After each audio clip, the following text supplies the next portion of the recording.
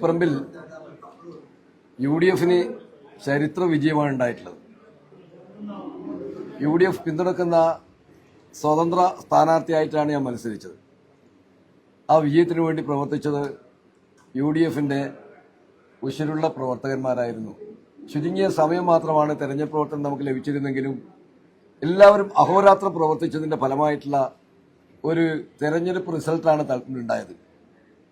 CPM-നകത്ത് നിലനിൽക്കുന്ന ജനാധിപത്യ വിരുദ്ധ നടപടിക്കെതിരെ, കുടുംബാധിപത്യത്തിനും അതുമൂലമുണ്ടാകുന്ന അഴിമതിക്കും എതിരെയിട്ടുള്ള ശക്തമായ പ്രതികരണമാണ് തളിപ്പറമ്പിലെ മണ്ഡലത്തിൽ ഉണ്ടായിട്ടുള്ളത്.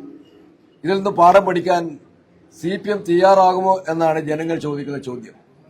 ഇന്ന് കേരളത്തിലെ തെരഞ്ഞെടുപ്പ് ഫലം പരിശോധിച്ചാൽ കാണാൻ വേണ്ടി കഴിയും. 10 വർഷക്കാലം ഭരിച്ച ഇടത് ജനാധിപത്യ മുന്നണിക്ക് കനത്ത തിരിച്ചടിയാണ് ഉണ്ടായിട്ടുള്ളത്. CPM-ന്റെ പല ശക്തി കേന്ദ്രങ്ങളുമാണ് തകർന്നടിഞ്ഞത്. ഇത് കാണിക്കുന്നത് CPM ഇന്ന് എടുക്കുന്ന നിലപാടുകൾ ജനങ്ങൾ അംഗീകരിക്കുന്നില്ല. CPM നേതൃത്വം സ്വീകരിക്കുന്ന നിലപാടുകൾ ജനങ്ങൾ അംഗീകരിക്കുന്നില്ല. അതിനുള്ള തിരിച്ചടിയാണ്. ഇപ്പൊ ജനങ്ങൾ ഞങ്ങളോടൊക്കെ ചോദിക്കുന്നത്, ഇനിയെങ്കിലും നിങ്ങളുടെ പാർട്ടി പാഠം പഠിക്കുമോ എന്ന ചോദ്യമാണ് CPM-കാരോട് ജനങ്ങൾ ചോദിക്കുന്നത്.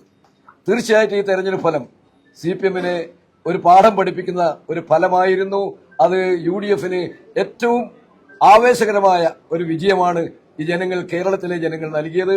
തളിപ്പറമ്പിലെ ജനങ്ങൾ തീർത്തും വിശേഷിച്ചും CPM-ന്റെ കോട്ടയായിട്ടുള്ള തളിപ്പറമ്പിലെ കേന്ദ്രങ്ങളിലെല്ലാം ആ പാർട്ടിക്കെതിരായ ജനവികാരമാണ് പ്രകടമായിട്ടുള്ളത്.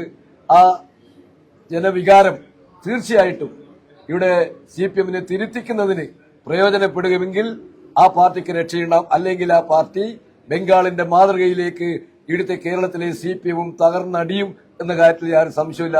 തിരുത്താൻ തയ്യാറുണ്ടോ എന്ന ചോദ്യമാണ് ഈ കേരളത്തിലെ ജനങ്ങൾ CPM-നോട് ചോദിച്ചിട്ടുള്ളത്.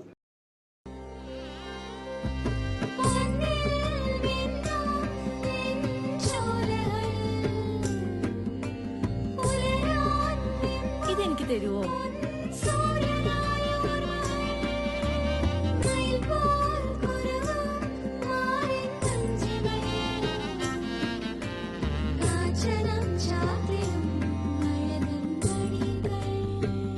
ചില ബന്ധങ്ങൾ പവിത്രമാണ്.